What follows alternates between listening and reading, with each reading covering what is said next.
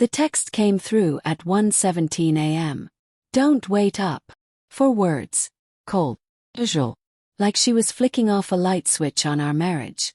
I stared at the message, the glow from my phone painting my living room in a dim, artificial blue. The clock read 1:18 a.m. She was supposed to be at her friend Laura's birthday dinner, but that had ended hours ago. I knew it. She knew it. And now, reading those words, I felt something fracture deep inside me. I didn't respond right away. Instead, I stared at the blinking cursor, my pulse thudding in my ears. Then, before I could think twice, I typed, "Having company." My thumb hovered for a heartbeat. Then I hit send. I didn't have company. I didn't even have a plan. But I wanted her to think I did. To feel a sliver of the unease twisting inside me. 5 minutes passed. Nothing. Still nothing. Then the sound of a car screeched outside. Abrupt, sharp, like tires clawing at asphalt. My heart jumped. I walked to the window and pulled the curtain aside.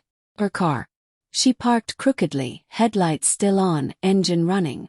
And then she was out of the driver's seat, moving fast, almost running, her heels clattering against the pavement. My hand went numb around the curtain. She hadn't gone home to a friend. She hadn't been at dinner. She had been with someone else. And now she was abandoning that someone the moment she thought I wasn't alone.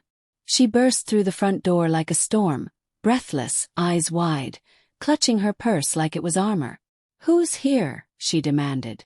Her voice trembled just slightly, though she tried to bury it under anger. I stayed silent. She scanned the room. The half-empty glass on the counter, the flickering TV, the jacket I'd tossed on the armrest. It all told her nothing. There was no one here but me. "Who is she, Mark?" I turned slowly toward her. "Who's he?" Her face froze, and for a split second, something raw flickered in her eyes. Fear, guilt, maybe both. "Don't twist this," she said, stepping closer. Your message scared me. I thought." "You thought what?" Cut in.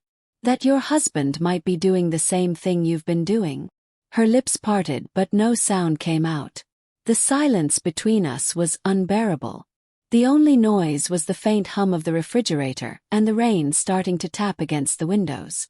I could smell her perfume. Sweet, expensive, and unfamiliar. Not the one she used to wear.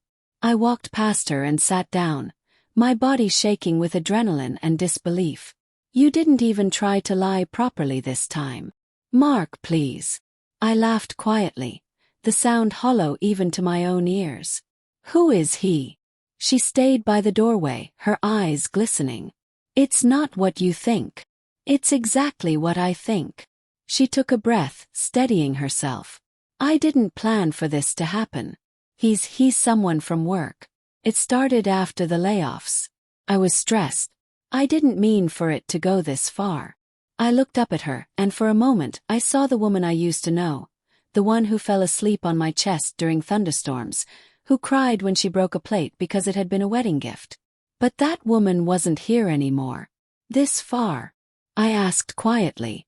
"So there's a far, then?" Her hands trembled. "I ended it tonight. Swear.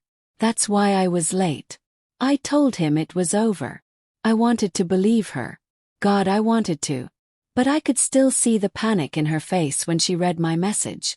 The way she ran in here desperate to cover her tracks, not out of love, but out of fear. "Do you know what hurts most?" said finally. "It's not that you cheated. It's that you thought I wouldn't notice. Like I was too blind, too trusting, too small to see it." Tears slipped down her cheeks. "You were trusting. And I ruined that. I hate myself for it." I stared at the floor. "You should." She took a step closer. "But we can fix this. We've been through worse." I shook my head slowly. "No. We've never been through this." The room felt colder. I could see the way her shoulders curled in, how her voice faltered. For the first time she seemed fragile, not because she'd been caught, but because she realized what she'd truly lost. I stood and walked past her toward the front door. "Where are you going?" she asked softly. "To get some air." "Mark, please don't. Turn back. You already told me not to wait up. Remember? Her lips trembled as I closed the door behind me.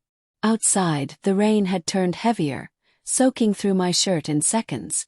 I didn't mind. It matched the chaos inside me. Cold, relentless, cleansing. I walked aimlessly for a while, the streetlights casting long reflections across puddles. My thoughts ran wild, memories flashing like lightning. Her laughter. Our first apartment. The night she told me she couldn't imagine life without me. Every moment now felt like part of someone else's story. When I finally went back hours later, the house was dark except for the lamp in the living room. She was sitting on the couch, still in her dress, her face pale and exhausted. She looked up when I came in. I didn't go back to him, she whispered. I know, I said. You didn't have to. She frowned faintly. What do you mean? I pulled my phone from my pocket and showed her the photo I'd taken earlier that evening. Her car parked outside a dim restaurant. A man standing too close, his hand brushing her arm.